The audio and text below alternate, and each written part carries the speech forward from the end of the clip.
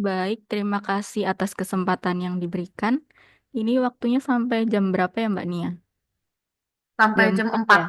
ya, jam 4. Oke. Karena waktunya terbatas, sedangkan materinya masih banyak, jadi saya izin menyampaikan beberapa materi dulu ya, terkait proses bisnis statistik.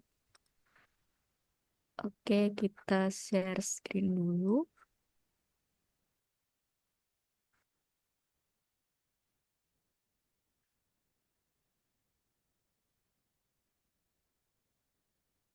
Baik, kita mulai ya. Jadi, proses bisnis statistik, agak susah ini ngomongnya ya, S-nya banyak banget.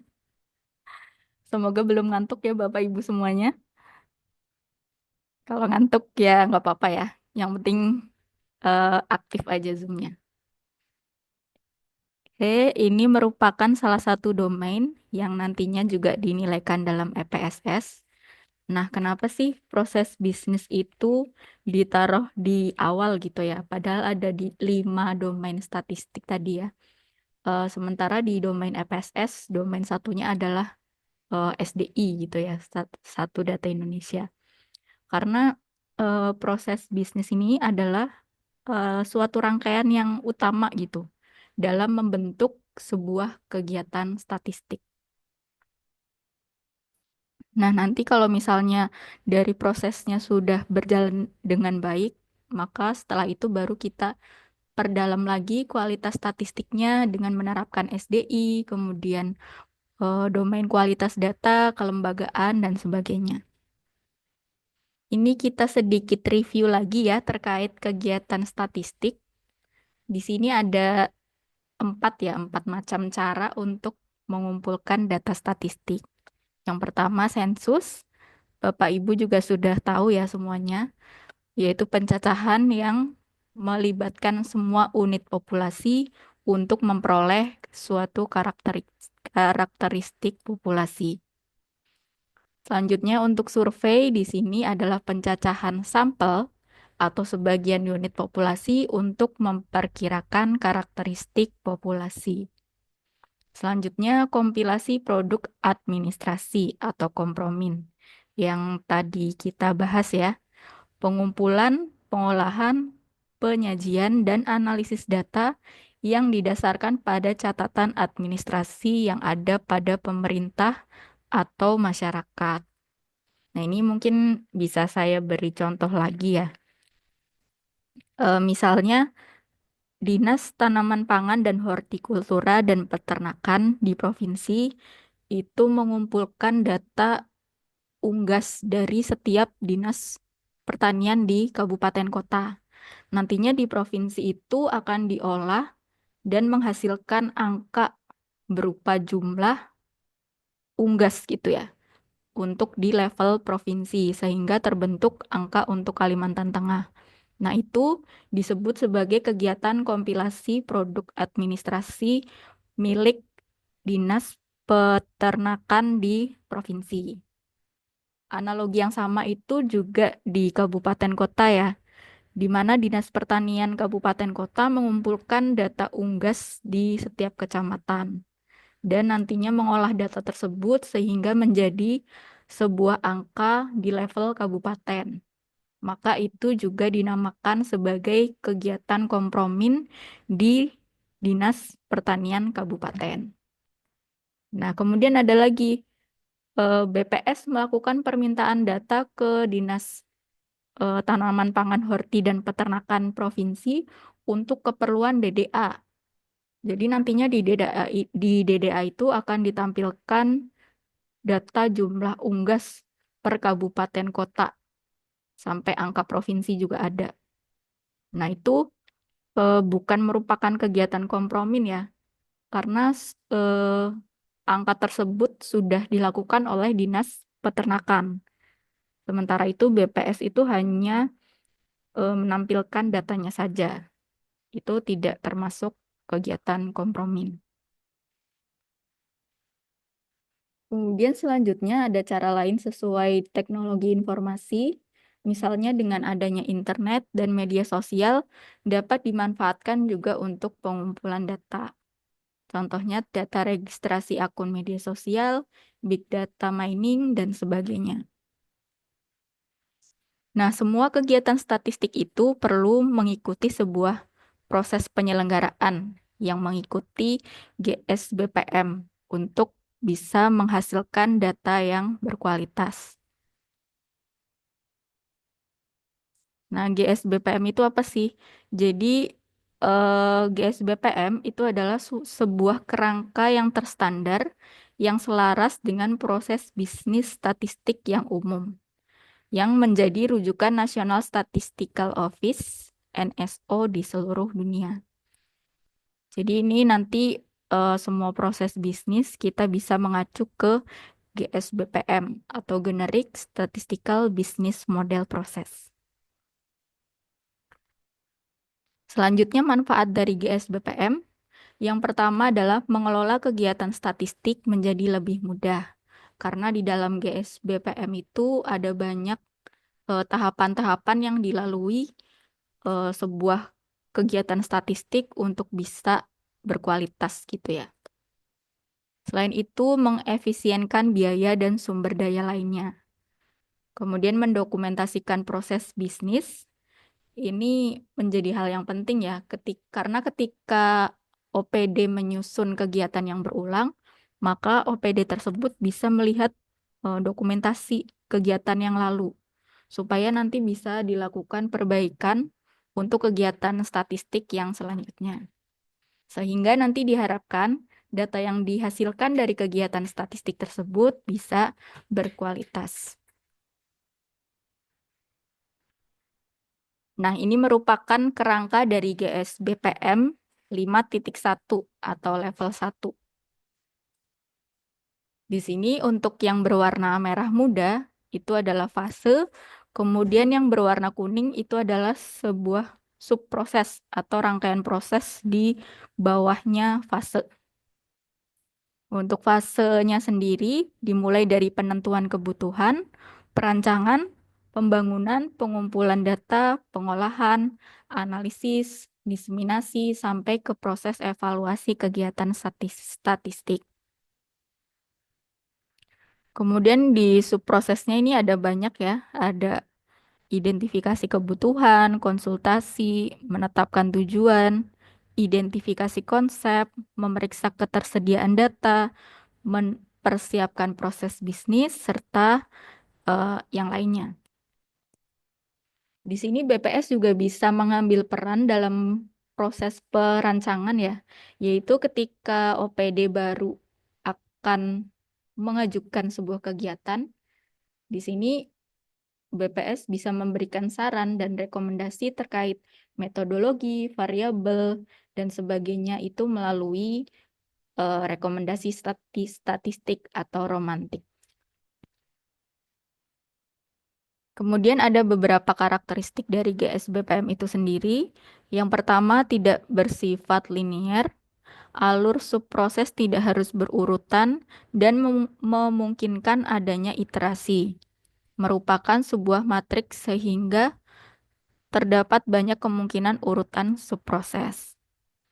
Jadi ini tidak harus berurutan ya, bisa diloncat dari 1.1 langsung ke 1.3 dan sebagainya. Tapi yang penting di setiap fase ini pasti ada subproses yang dilalui. Atau bisa juga kembali mundur ke fase yang sebelumnya. Misalnya ketika kita sudah melakukan pengumpulan data, kemudian diserahkan ke proses pengolahan. Misalnya di BPS sendiri, itu kadang kan kalau mengerjakan survei itu menerapkan proses ban berjalan gitu ya. Jadi tidak harus menunggu semua kegiatan pengumpulan data itu selesai. Mungkin bisa dicicil satu blok sensus dulu, kemudian menuju ke pengolahan, kemudian setelah diolah, ternyata ada beberapa data yang dirasa kurang wajar. Misalnya antara selisih antara ibu kandung dan anak 10 tahun. Nah, itu perlu dikonfirmasi lagi ke petugasnya atau bahkan ke respondennya. Itu maka dari fase pengolahan bisa balik lagi ke fase pengumpulan data. Hal ini juga bertujuan supaya si pengumpul data ini tidak melakukan kesalahan yang sama di blok sensus berikutnya. Kemudian bisa juga setelah proses diseminasi, balik lagi ke proses pengolahan. Misalnya setelah data itu terbit di website gitu ya, mungkin ada pengguna data yang melihat kok datanya agak aneh gitu ya. Misalnya data penduduk Sukamara kok ternyata lebih banyak daripada Barito Selatan gitu. Maka perlu ditelusuri kembali ke proses pengolahan, eh, diidentifikasi gitu ya. Apakah barisnya tertukar antara Barsel dan Sukamara atau seperti apa gitu. Atau misalnya angkanya ternyata kebanyakan 01. Itu nanti bisa kembali ke proses pengolahan, kemudian balik lagi ke diseminasi.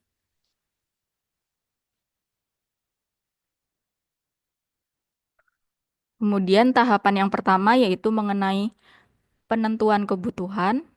Tahapannya yaitu mengidentifikasi kebutuhan, konsultasi dan konfirmasi kebutuhan, menetapkan tujuan dan sasaran output, mengidentifikasi konsep, memeriksa ketersediaan data, serta mempersiapkan proses bisnis. Yang pertama yaitu identifikasi kebutuhan.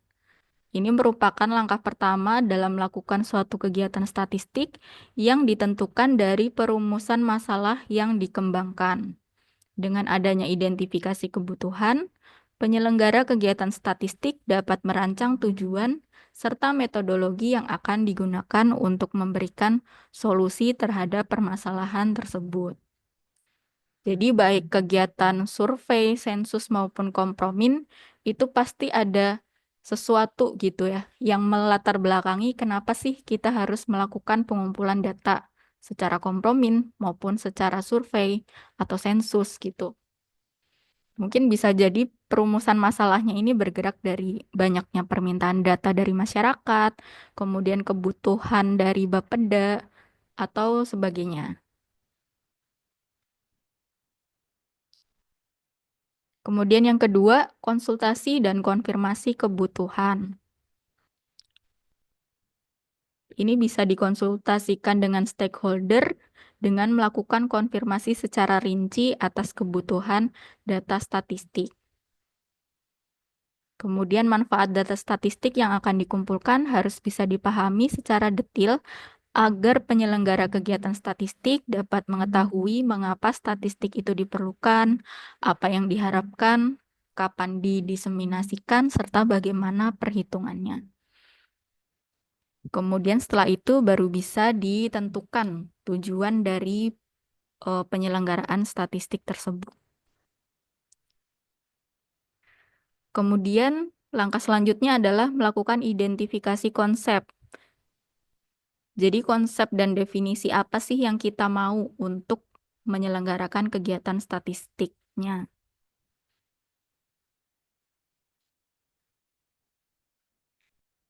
Kemudian Kondef berdasarkan referensi dari berbagai sumber, kemudian bisa sesuai dengan standar statistik yang berlaku.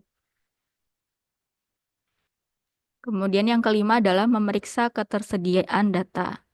Untuk menghindari duplikasi data, maka bisa dicek terlebih dahulu ketersediaannya di sirusaweb.bps.go.id, Romantik, portal SDI, atau sumber lainnya yang bisa dibuat untuk mengecek ketersediaan data. Jadi misalnya eh, Dinas Kesehatan itu mau mengumpulkan data terkait ibu hamil gitu ya. Maka di sini Dinas Kesehatan akan mengecek dulu di Romantik atau di Sirusa atau di portal sudah ada belum ya kegiatan statistik lain yang menghasilkan data ibu hamil.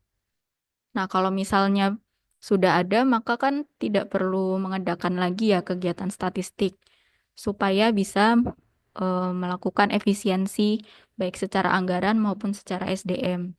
Jadi tinggal mengambil data sekunder dari dinas yang terkait.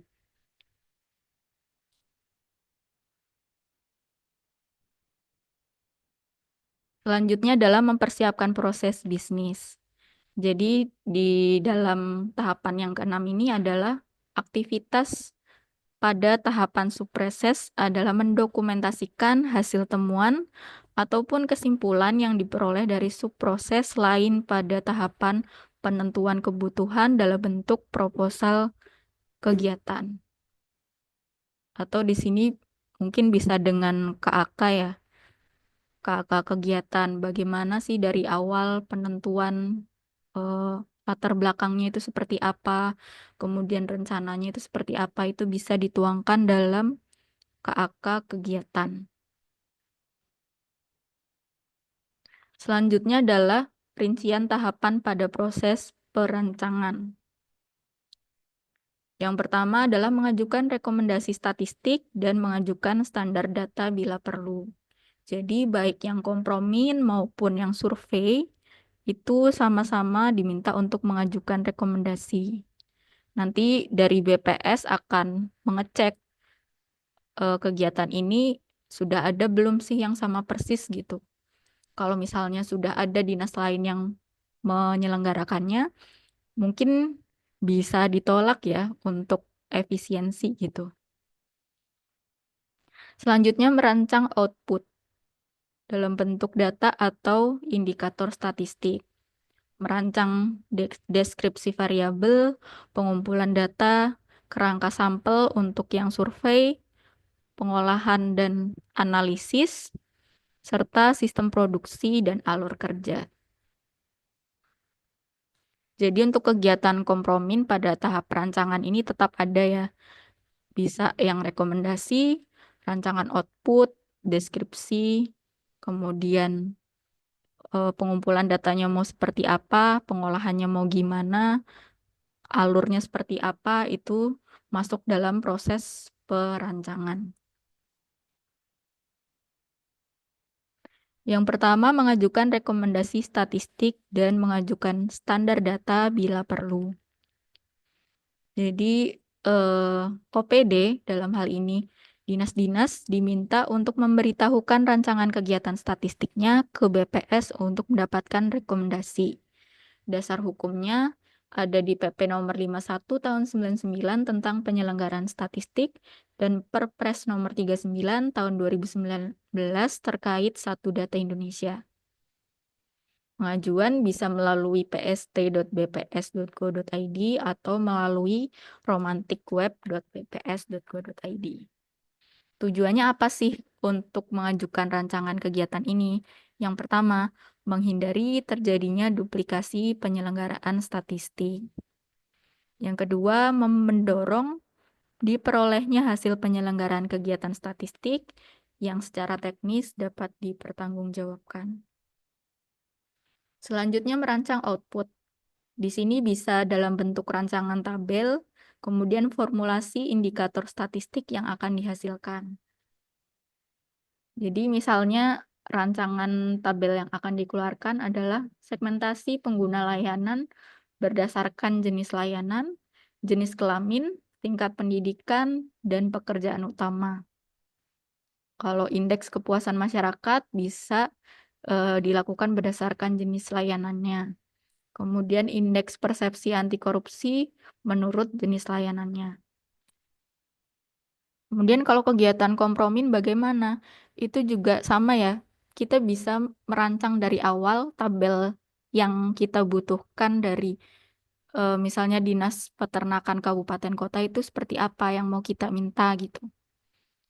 Dan yang mau kita tampilkan di akhir nanti. Kemudian selanjutnya merancang deskripsi variabel. Merancang variabel yang akan dikumpulkan, misalnya nama, umur, jenis kelamin, tingkat pendidikan, pekerjaan utama, instansi, dan sebagainya. Kemudian bisa dicek juga standar data statistik nasional untuk setiap variabel supaya nantinya bisa dibandingkan gitu datanya. definisinya itu seperti apa, misalnya nama yang eh, akan digunakan itu nama lengkap kah, atau nama sesuai KTP, nama panggilan, atau nama panggung gitu ya. Kemudian umur itu mungkin bisa disepakati umur yang seperti apa. Umur di tahun berjalan atau umur pada saat ulang tahun terakhir. Selanjutnya merancang pengumpulan data. Ini terkait cara pengumpulan datanya, dengan metode apa, kemudian pengumpulannya, metodenya seperti apa, dan modanya itu apa gitu. Kalau misalnya kompromin, mungkin cara pengumpulan data kompromin, metode pengumpulan data di sini harusnya ada satu lagi ya, data sekunder gitu, pengumpulan data sekunder kalau di metadata. Kemudian mode pengumpulannya, kalau di metadata ada tambahan lagi mail atau surat atau lainnya. Jadi bisa aja Dinas Peternakan Provinsi itu mengumpulkan data dari Dinas Kabupaten Kota melalui surat yang di dalamnya itu ada rancangan tabel yang akan Dinas Kabupaten Kota isi gitu untuk membentuk sebuah angka provinsi. Kemudian yang kelima, merancang kerangka sampel khusus untuk yang metodenya dilakukan secara survei. Ini ada probability sampling maupun non-probability sampling. Ini nanti bisa kita baca-baca sendiri ya, karena kalau saya jelaskan nanti tambah puyeng, karena saya juga nggak ngerti. Oke, selanjutnya merancang pengolahan dan analisis. Jadi pengolahannya itu nanti seperti apa, apakah menggunakan Excel sederhana untuk mengecek kewajaran datanya, atau menggunakan software yang lain. Kemudian analisisnya mau deskriptif atau inferensial. Selanjutnya merancang sistem produksi dan alur kerja. Itu bisa berupa jadwal kegiatan dan SOP-nya seperti apa. Jadwal kegiatan mulai dari identifikasi sampai ke evaluasi itu direncanakan, dilaksanakan di bulan apa. Dan standar operasional prosedurnya bagaimana untuk pengerjaan kegiatan statistik ini.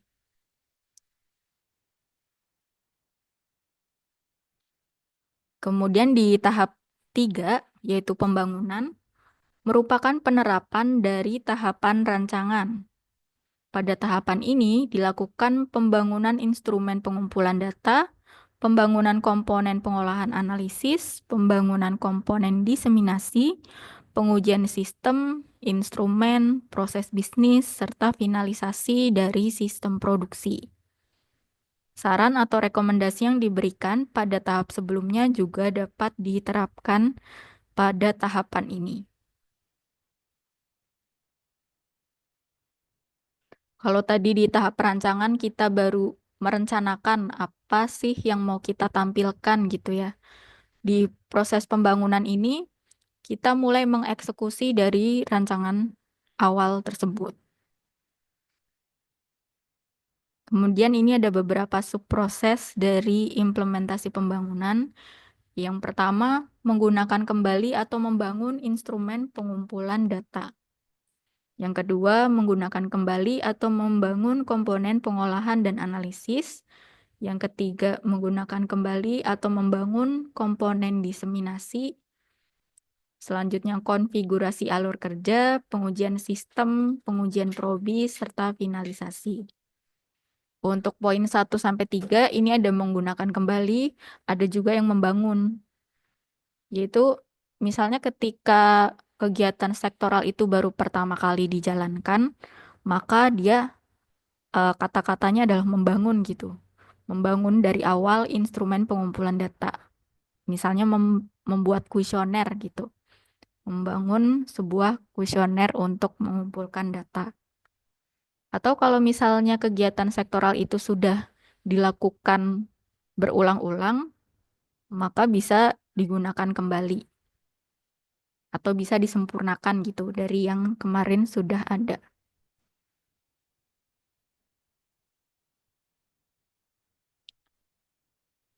Yang pertama terkait instrumen pengumpulan data. Kalau di sini lebih ke kuesioner ya, kuesioner pendataan.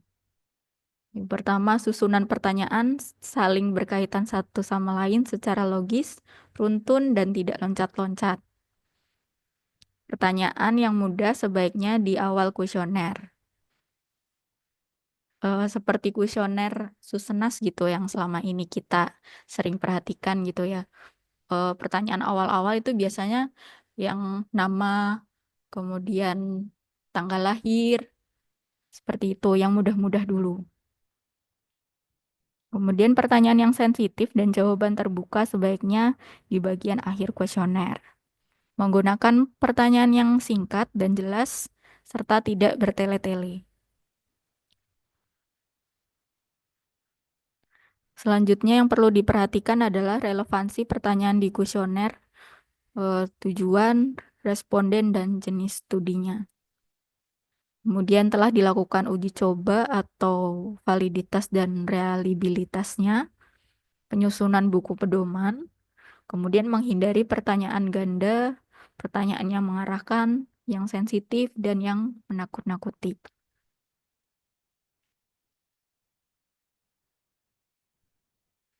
Yang kedua, menggunakan kembali atau membangun komponen pengolahan dan analisis. Yang pertama, membangun aplikasi sesuai rancangan, bisa melalui program SPSS, Excel, atau yang lainnya. Kemudian membangun aturan editing, coding, dan validasi pada aplikasi. Selanjutnya menyusun aturan integrasi data. Selanjutnya membangun komponen diseminasi. Di sini mencakup pengaturan dan sistem penyebarluasan dan akses data, tampilan pada halaman website, layanan bagi penyedia data dan pengguna data, serta fungsi lain yang mendukung kegiatan diseminasi output statistik. Kemudian menyusun rencana produk diseminasi. Bisa berupa buku, brosur, leaflet, booklet, banner, atau bahkan hanya laporan ke Bapeda atau ke gubernur gitu. Itu juga merupakan bagian dari diseminasi. Selanjutnya adalah konfigurasi alur kerja, contoh pada survei pertanian hortikultura. Di sini bisa diidentifikasi pihak-pihak apa saja yang terlibat. Misalnya Dinas Pertanian Provinsi, Kabupaten Kota, kemudian petugas pengumpul data gitu. Kalau di survei-survei BPS pun sebenarnya sudah ada ya kayak kalau kayak gini itu di buku pedoman biasanya ada bagan-bagannya dari PCL, PML, kemudian ke fungsi dan sebagainya.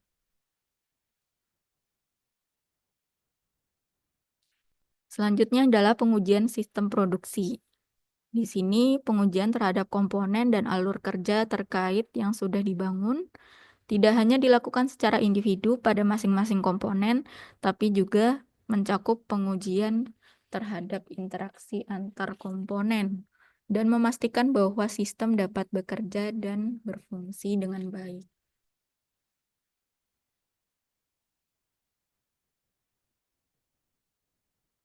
Kemudian ada pengujian probis dan finalisasi sistem produksi. Mungkin kalau semakin detail semakin bingung ya, ini tuh masuk yang mana sih sebenarnya. Tapi kalau secara umum eh, sudah paham aja ya, di sini kalau pembangunan itu mencakup pembangunan instrumen, pengolahan, analisis, diseminasi, dan sebagainya.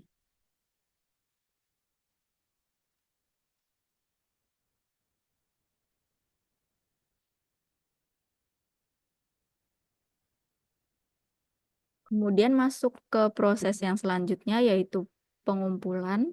Di sini rincian kegiatannya adalah membuat kerangka sampel dan memilih sampel.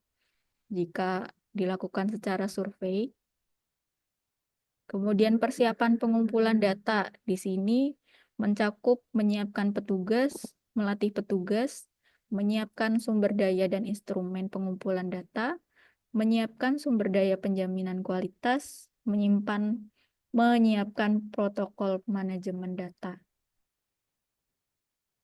Selanjutnya pelaksanaan pengumpulan data bisa melalui sosialisasi dulu mengenai pengumpulan data, kemudian proses mengumpulkan data itu sendiri, kemudian monitoring dan penyusunan laporan progres, kemudian tindak lanjut terhadap kasus non-respon, serta finalisasi pengumpulan data.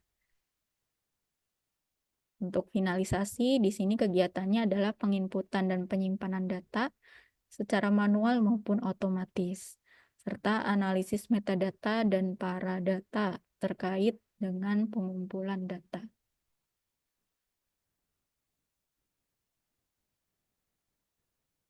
Jadi untuk yang kegiatan kompromin, pengumpulan data itu bisa dimulai dari pada saat OPD itu bersurat ke kabupaten kota, atau misalnya dari kabupaten kota ke OPD yang di bawahnya atau kecamatan gitu. Itu merupakan sebuah proses pengumpulan data.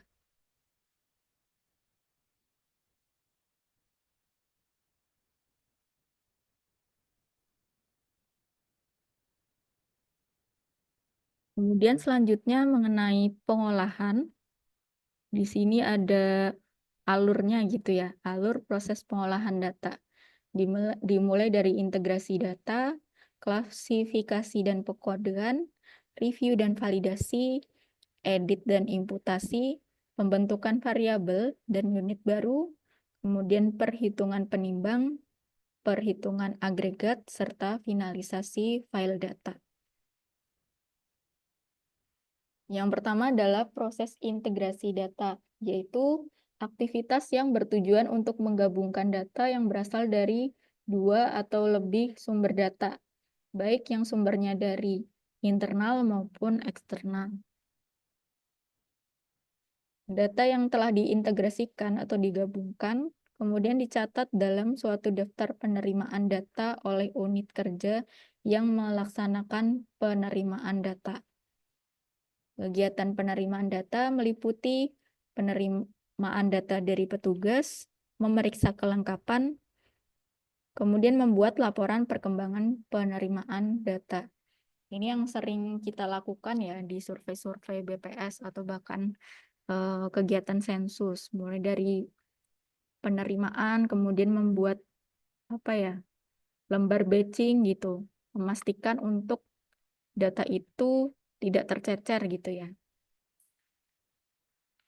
Contohnya, survei tentang produksi hasil tangkapan ikan melakukan pengumpulan data melalui unit tempat pelelangan ikan atau TPI yang telah selesai dilakukan. Hasil pencacahan masih memerlukan informasi jumlah nelayan yang terdaftar di setiap kapal terpilih sampel. Jadi bisa mendapatkan informasi dari sumber lain.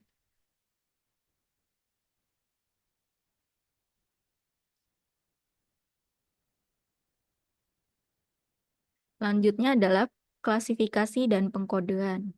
Proses pemeriksaan dan memperbaiki penulisan yang salah atau kurang jelas dan memberikan kode pada isian dokumen hasil pencacahan dengan memperhatikan kaidah editing coding. Dan di sini kenapa editing coding itu sangat penting karena sangat berpengaruh pada kualitas data dan proses pengolahan selanjutnya. Contohnya, survei kepuasan masyarakat diselenggarakan dengan cara swacacah biasanya akan mendapatkan dokumen atau kuesioner survei yang berisi tulisan tangan, baik itu pilihan ataupun pertanyaan terbuka dari responden. Dalam hal ini yang paling sering dilakukan untuk mempermudah pengolahan adalah mengubah pilihan centang atau silang pada pertanyaan tertutup menjadi kode, angka, atau huruf. Misalnya untuk pertanyaan jenis kelamin, Itu untuk laki-laki biasanya dikodekan menjadi 1, perempuan menjadi 2.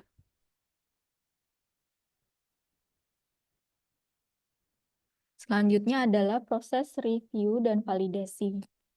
Review dan pengujian data atau validasi yang terhadap data yang sudah diinput untuk mengidentifikasi potensi masalah, kesalahan, dan ketidaksesuaian seperti pencilan, non-respon, atau terjadinya kesalahan pemberian kode. Validasi juga dapat dilakukan berulang kali sesuai aturan editing yang telah ditetapkan. Meskipun validasi dikategorikan dalam tahapan pengolahan, tapi dalam prakteknya beberapa elemen validasi dapat diterapkan pada tahap pengumpulan data, terutama pada mode pengumpulan data yang menggunakan bantuan komputer seperti CAPI atau KEWI.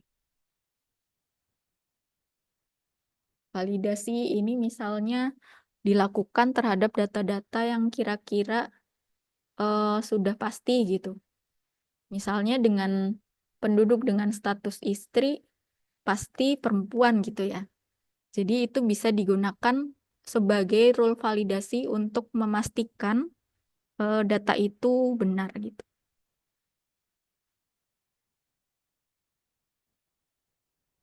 Selanjutnya adalah edit dan imputasi. Ketika data dianggap tidak benar atau missing, tidak ada isian, tidak wajar, maka dapat dimasukkan suatu nilai baru atau dilakukan penghapusan pada data yang tidak wajar. Contohnya menentukan apakah akan menambah atau mengubah data, memilih metode yang akan digunakan, menambah atau mengubah nilai data, menuliskan kembali data baru ke dalam set data, dan menandainya sebagai flag, yaitu tanda bahwa data telah diubah. Kemudian membuat metadata pada proses editing dan imputasi.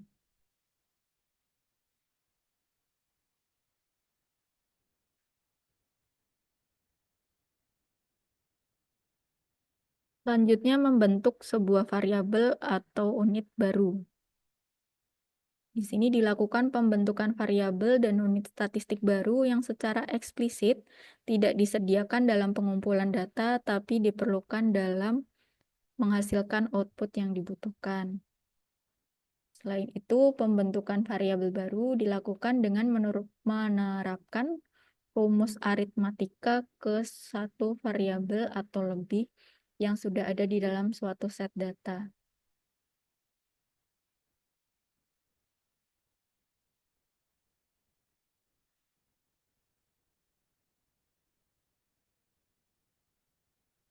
Kalau misalnya kegiatan kompromin, ke pembentukan variabel barunya ya itu ya, secara sederhana misalnya jumlah penduduk dari semua kabupaten kota gitu, se-Kalimantan Tengah.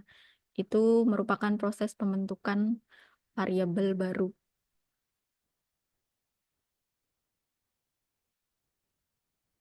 Selanjutnya menghitung penimbang atau weight, menghitung agregat, dan melakukan finalisasi data.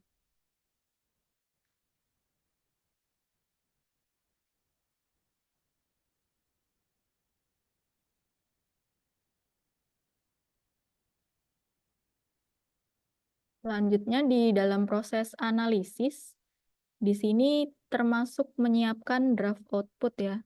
Pada tahap ini data mentah telah ditransformasi sesuai dengan output ataupun indikator yang ditampilkan. Sehingga dalam hal ini dilakukan proses penyahihan atau validasi dengan membandingkan antara hasil yang diharapkan dengan output yang dihasilkan. Kegiatan ini meliputi memeriksa cakupan populasi atau respon rate, kemudian memeriksa hubungan antara metadata, memeriksa output dan dengan data lain yang relevan, memeriksa kemungkinan ketidakkonsistenan output, serta melakukan validasi output dengan hipotesis awal atau penelitian sebelumnya.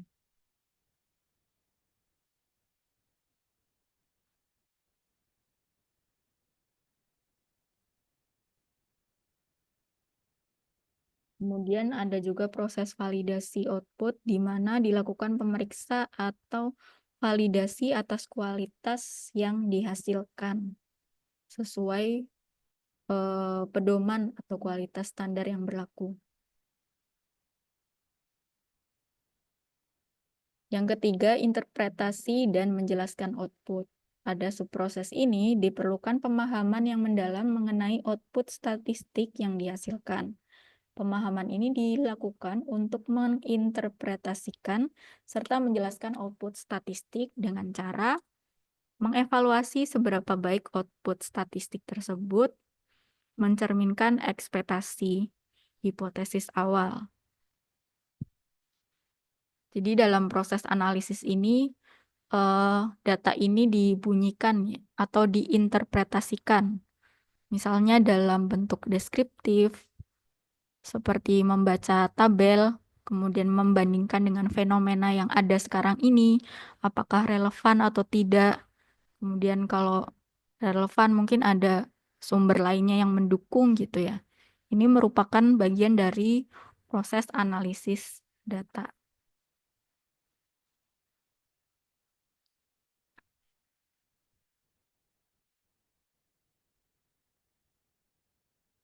Selanjutnya adalah penerapan pengendalian keterbukaan atau disclosure control, yaitu untuk memastikan bahwa data dan metadata yang akan dipublikasikan tidak melanggar kerahasiaan data. Contohnya, untuk data hasil survei, maka ketika data tersebut akan dipublikasikan, maka data individu itu harus dilakukan anonimisasi terlebih dahulu atau dihilangkan terkait data individu ini. Selanjutnya, data agregat yang unit sampelnya dapat ditelusuri, maka tidak dapat disajikan. Kemudian ini contoh untuk penerapan pengendalian keterbukaan di hasil kompilasi. Misalnya data yang berpotensi sensitif dan dapat diungkap dari karakteristiknya harus dianonimkan atau dihilangkan. Misalnya kompilasi data terkait pelayanan klinik geriatri di suatu kabupaten. Jika hanya ada satu unit, maka akan mudah diungkap. Jadi langsung ketahuan ya satu unit ini tuh siapa, unit mana gitu.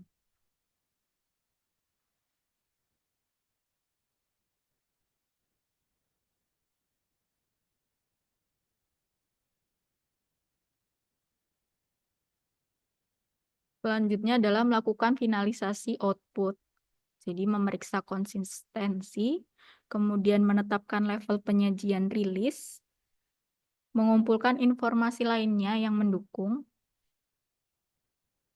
kemudian menyusun dokumen pendukung dari internal, melakukan diskusi pra-rilis dengan para ahli, menerjemahkan output statistik jika diperlukan dalam bahasa lain, kemudian menyetujui konten statistik yang akan dirilis.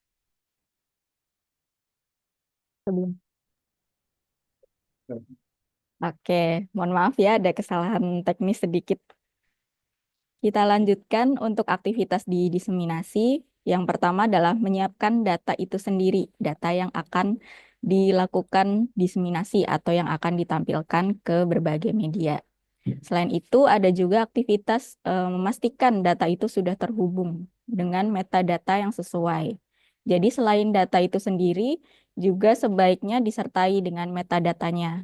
Jadi bagaimana cara pengumpulan datanya, kemudian ruang lingkupnya seperti apa, kemudian definisinya juga bagaimana. Kemudian yang kedua, memproduksi produk diseminasi itu sendiri, yaitu menyiapkan komponen-komponen dari produk diseminasi seperti catatan atau penjelasan, tabel, grafik, peta, dan sebagainya.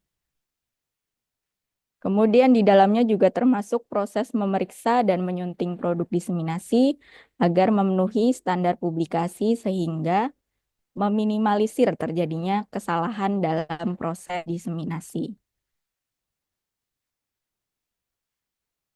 Selanjutnya yang ketiga adalah manajemen rilis produk diseminasi. Kalau manajemen rilis ini lebih ke arah memastikan bahwa seluruh produk diseminasi itu sudah siap atau sudah tersedia untuk dirilis ke publik. Kemudian mengatur jadwal dan mekanisme rilis produk diseminasi, serta mengatur mekanismenya jika ditemukan kesalahan pada produk diseminasi yang telah diterbitkan ke masyarakat atau ke publik. Untuk di BPS sendiri, ini ada sistem ARC ya, yaitu sebuah janji kita kepada publik, di mana mereka itu bisa mendapatkan jadwal gitu. Kapan sih kira-kira publikasi ini bisa kami dapatkan? Tapi kalau misalnya di OPD sepertinya belum diterapkan ya tentang ARC ini. Mungkin nanti kita bisa pelan-pelan mengarahkan ke sana supaya OPD juga punya sistem jadwal rilis seperti yang BPS punya. Termasuk juga kalau misalnya pada suatu ketika publikasi itu tunda rilis atau batal rilis, itu juga harus diinformasikan ke publik supaya mereka juga tahu alasannya kenapa. Selanjutnya mempromosikan produk diseminasi. Jadi tujuannya adalah supaya jangkauan publikasi data tersebut itu bisa lebih luas ke masyarakat atau ke umum. Hal ini juga merupakan salah satu yang dinilaikan di dalam EPSS ya. Saya lupa tepatnya di domain berapa, tapi ada indikator yang menjelaskan bahwa penyelenggara statistik itu sebaiknya melakukan sosialisasi dan literasi data statistik. Jadi untuk BPS sendiri ini pun masih menjadi tugas yang sangat berat ya untuk meliterasi masyarakat. Misalnya yang sekarang sedang ramai di medsos itu masyarakat sering beberapa ada yang salah menginterpretasikan gitu, terutama tentang garis kemiskinan per kapita. Jadi orang-orang itu masih menganggap per kapita itu per keluarga gitu. Jadi di sini kita juga punya tugas untuk menjelaskan kepada mereka sebenarnya definisi per kapita itu apa sih gitu. Dan perlu juga strategi yang tepat untuk menjelaskan itu ke masyarakat supaya nantinya tidak salah tangkap lagi atau tidak salah mengartikan data itu sendiri. Selanjutnya mengelola dukungan pengguna, yaitu memastikan bahwa permohonan atau pertanyaan terhadap suatu layanan seperti layanan data mikro bisa dicatat serta dipenuhi dalam suatu batas waktu tertentu.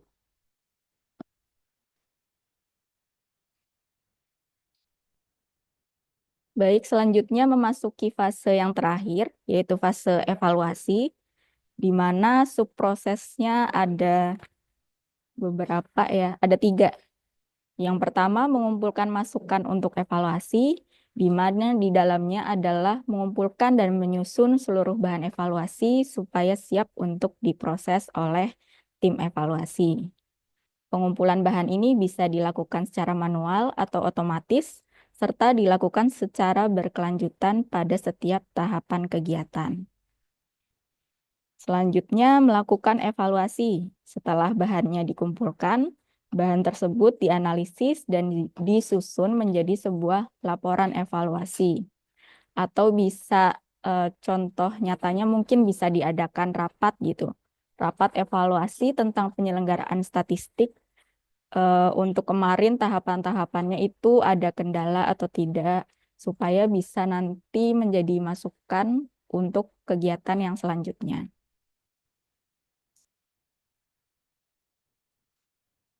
Selain itu, jika diperlukan, laporan evaluasi ini juga memuat rekomendasi perubahan atau rencana aksi ya, rencana tindak lanjut ke depannya mau seperti apa setelah melihat beberapa kendala atau permasalahan di tahapan kegiatan statistik yang sebelumnya.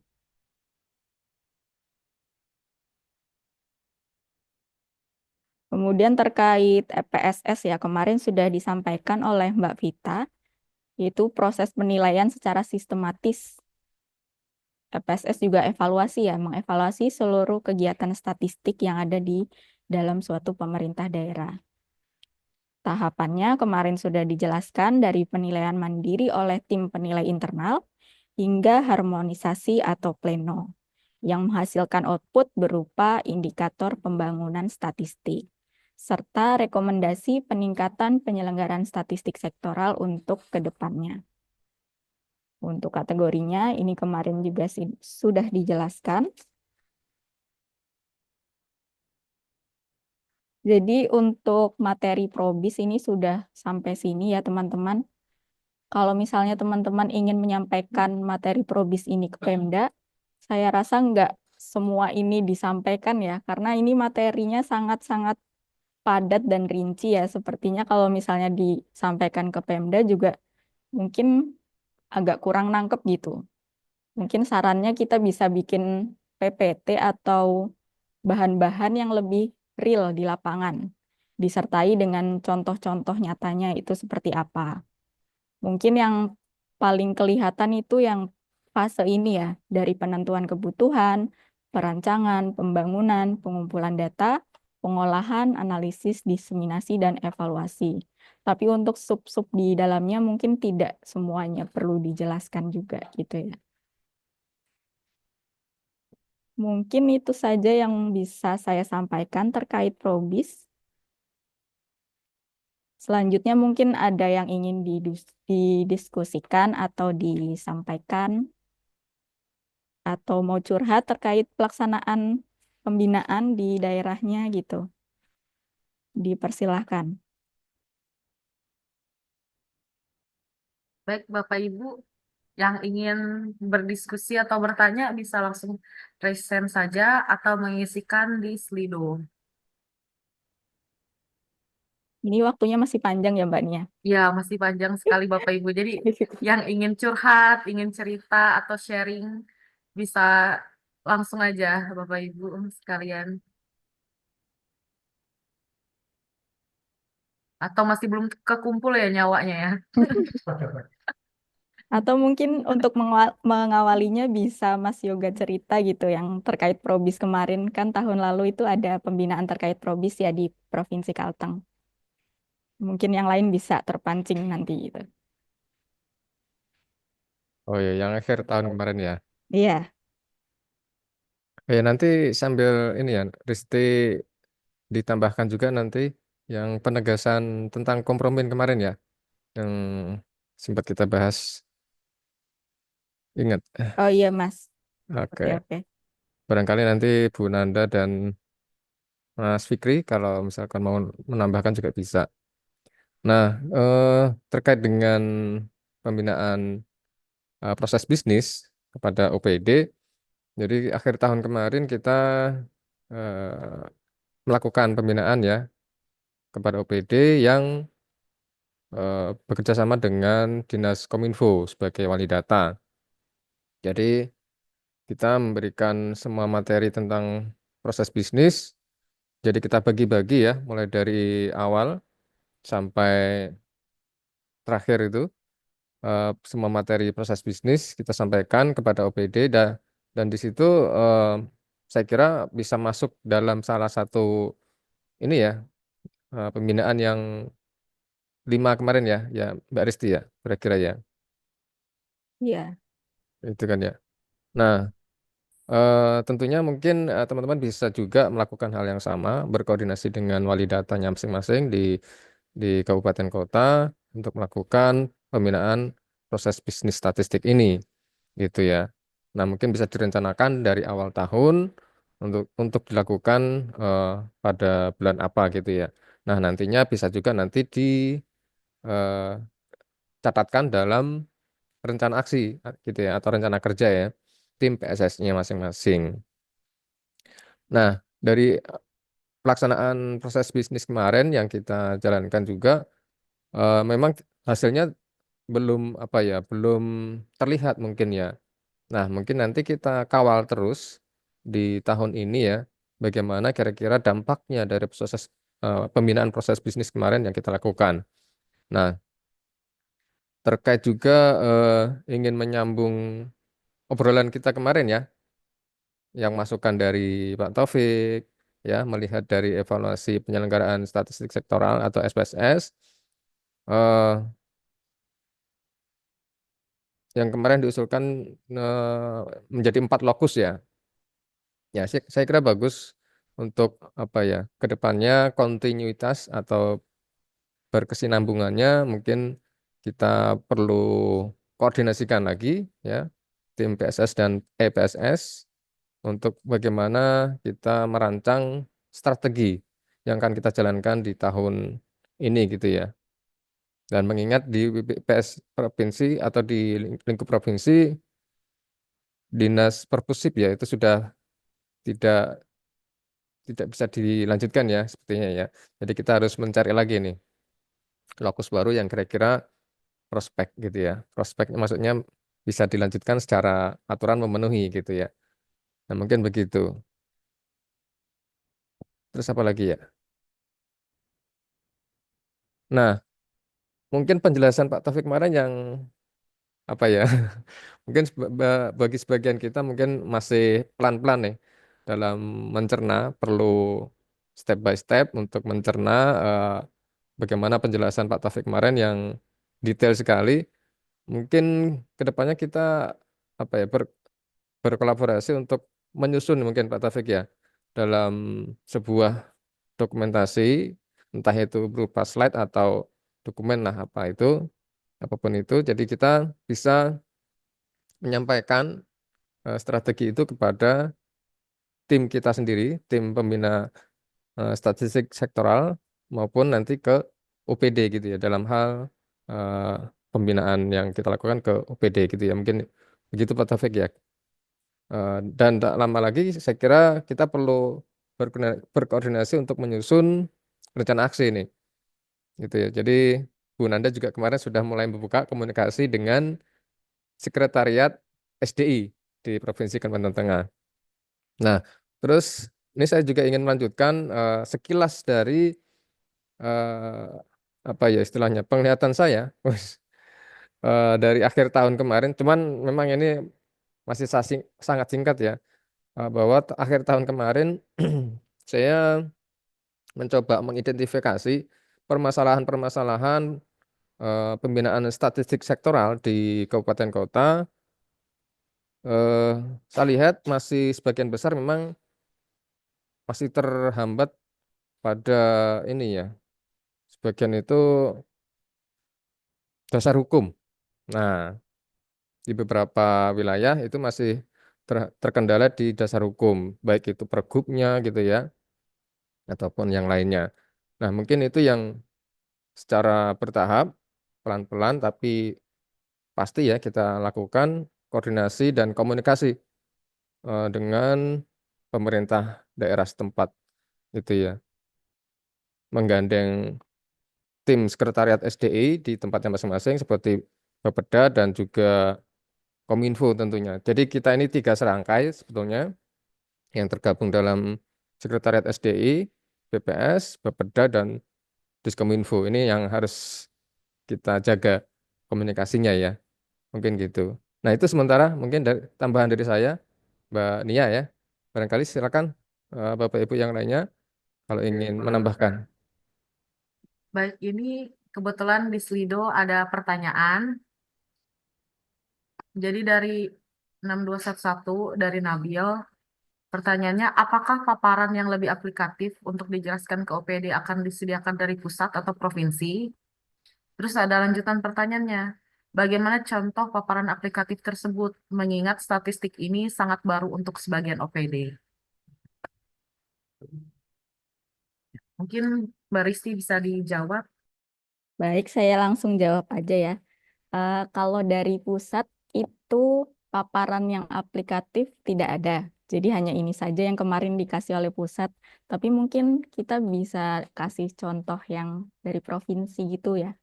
Boleh nggak Mas Yoga? Yang Sangat boleh kemarin. Mbak Risti. Oke, nanti coba kami share ya untuk paparan Iya. yang kemarin. Dan sebetulnya kita juga sangat membuka sebetulnya ya, barangkali ketika nanti kita sudah share materi dari kita, barangkali teman-teman ingin memberikan masukan, tambahan dan sebagainya, itu sangat terbuka sekali sebetulnya ya. Jadi kita berkoordinasi, saling berkolaborasi ya untuk memberikan yang terbaik tentunya buat eh, teman-teman di OPD gitu ya. Oke, baik. Teman-teman, apakah ada lagi yang ingin bertanya atau berdiskusi? Mau nanya Oh ya, silahkan Mas Agung. terkait ini jadwal rencana kerja itu kan kadang kan kita tuh memang yang bagus kan memang harus ada perencanaan apa aja yang rencana mau di apa tuh mau dipaparin ke sektoral itu kan. Tetapi terkadang itu permintaan mereka kan dadaan sukanya. Itu apakah nanti suatu saat tidak dievaluasi itu kalau rencana aksi, rencana perencanaannya itu yang di itu ya diaplikasikan ada rencana itu ya. Itu tanggalnya nggak dibuat di awal. Apa nanti mendekati akhir ketika kita ada kegiatan baru kita tulis dulu rencana aksinya baru kita realisasikan model gitu. Kalau dilihat dari segi itu sih emang kayaknya kurang perencanaan kalau dari itu emang yang kami alami. Tapi memang susah juga kalau identifikasi dari awal tuh kalau dari Januari sampai triwulan 1 gampangannya gitu untuk perencanaannya kegiatan setahun ini mau rencananya ini karena kebutuhan OPD itu kadang dadaan mereka tuh kayak SDGs mereka mintanya kapan ini tahu-tahu muncul kami minta tolong dibantu dong bagian ini gitu kan dadaan apakah soalnya kemarin saya baca-baca di materi pusat itu nanti kedepannya itu akan dievaluasi dari segi perencanaan, isian pembinaan, isian semuanya itu gimana mood pandangan dari BPS Provinsi Kalimantan Tengah mau nanya pandangannya aja gimana terima kasih. Oke, baik Mas Agung tadi tanya tentang rencana kerja ya.